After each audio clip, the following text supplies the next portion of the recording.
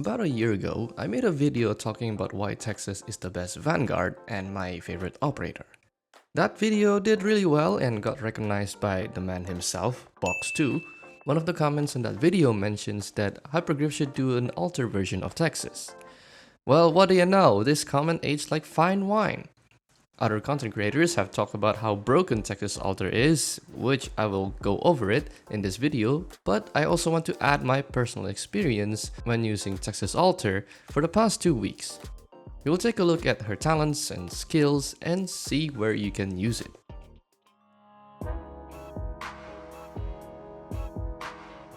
Texas the Omertosa is a 6-star fast redeploy, or Executor as the game officially call it. She's the second 6-star fast redeploy and possibly the most powerful operator ever released so far. As a fast redeploy, her base stats are relatively low. Compared to OG Texas, her stats are not that different with similar attack and defense, but when comparing her to other specialists, you can see that Texas and other fast redeploys are ranked quite low both in attack and defense. That's because most of her damage comes from her talent and her skills, just like the rest of the Executor archetype. Texter's skills activate immediately upon deployment, and therefore she loses all of her DPS capabilities if you leave her out for too long. You need to constantly deploy and repeat to maximize her damage. And that's the thing with fast redeploys, they usually have lower base stats and lower usage time in battle in exchange for high DPS or other utilities. Because of that, the fast redeploy archetype has many nicknames, like Panic Button, or I usually call it Meat Shield, because I use gravel a lot. And soon, this archetype will have a new nickname, the Nuke Button.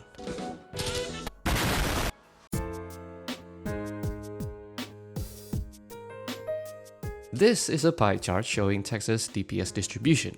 10% of it comes from her base stats, 45% is her talent, 40% comes from her skills, and 5% comes from her Mafia background. If you can't tell already, I'm making up all these stats.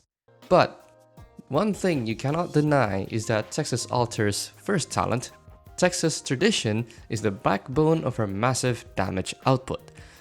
Texas' first talent grants her an attack buff, and reactivates her skill and restores all of her HP after killing an enemy. Thanks to this reactivation ability, Texas basically doubles her skill uptime. Ideally, you want Texas to trigger this reactivation just before the skill ends, but it's hard to do because she kills most enemies almost instantly and it's not worth min-maxing this talent. Just deploy and forget and retreat. The second talent, Texas Swordsmanship, grants Texas attack speed and reduces the damage taken before defeating her first target. As Texas gains more attack speed, she deals more damage in a short time, which allows her to kill enemies faster and as a result allows Texas to activate her first talent sooner. The damage reduction also offers some degree of survivability as Texas is rather squishy, just like other fast redeploys. Before I get into the various ways that Texas can kick Mafia's ass, don't forget to hit the like button if you enjoyed the video. It helps a lot.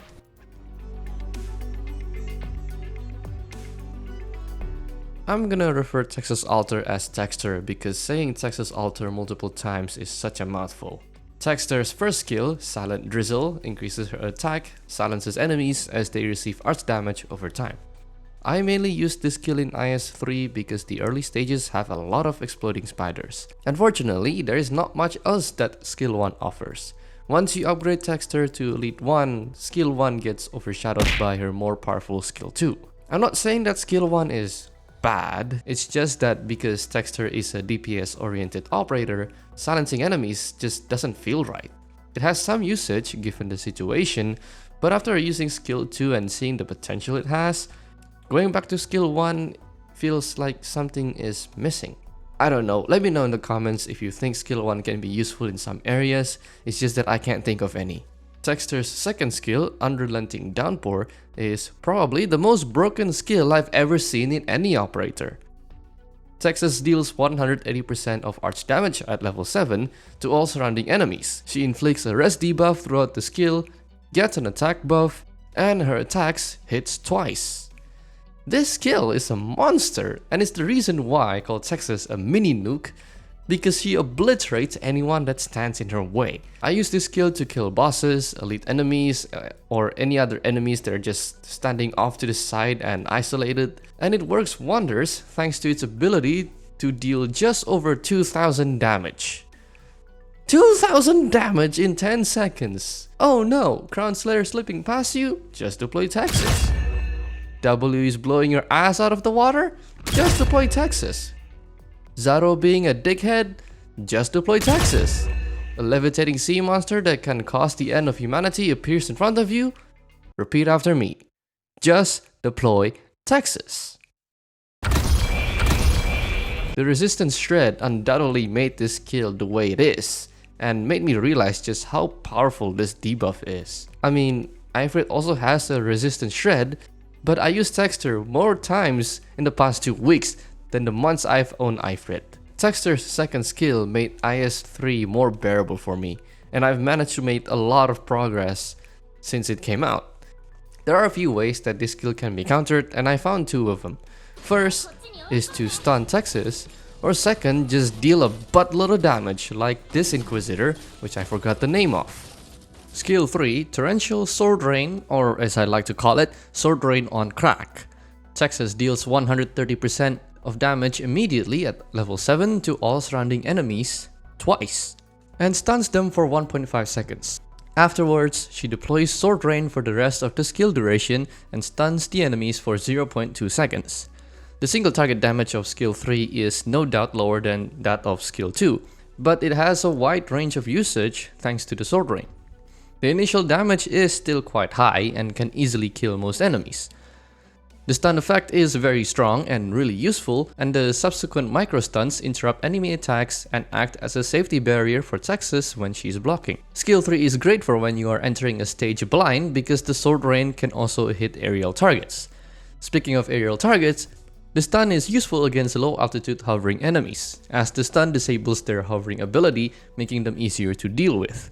If you've been playing IS-3 for some time now, you notice there's so many levitating enemies towards the endgame, and every time I use Texas against these guys, it makes the stage a whole lot easier. Yes, you can bring snipers, they still work wonders, but there's just some satisfaction of stunning the enemies and let them fall to their deaths. One last thing, even when Texas is stunned or frozen, her Sword Rain just keeps on going.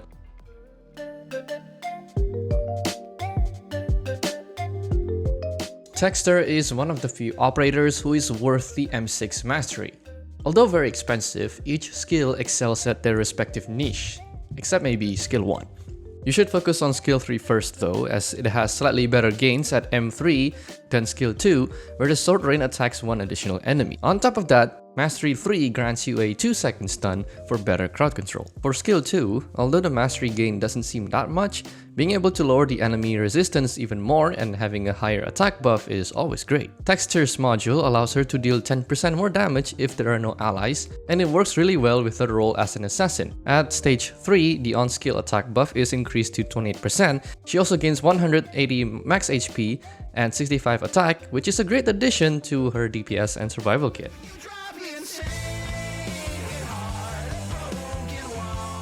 Despite being a massive Texas fan, I know that she's not perfect. Texas the Omertosa costs a lot of DP to deploy. My Texas altar is pot 3, which reduces her DP cost by 1, which is not a lot, but still helps a bit because her DP cost is now 18 instead of 20 after deploying more than twice. But don't let anything stop you from bringing your waifu into battle. The only limit is your skill and imagination, and even if you have a serious case of skill issue, that is fixable. On top of that, Siracusano is the best event so far in 2023, and the amount of Texas content I've seen on the internet makes me so happy. As Siracusano is coming to an end, I want to know your experience. How was the story? What do you think of the operators that came with this event? Let me know in the comments down below. And if you enjoyed this video, don't forget to give it a like, and I'll see you next time. Goodbye!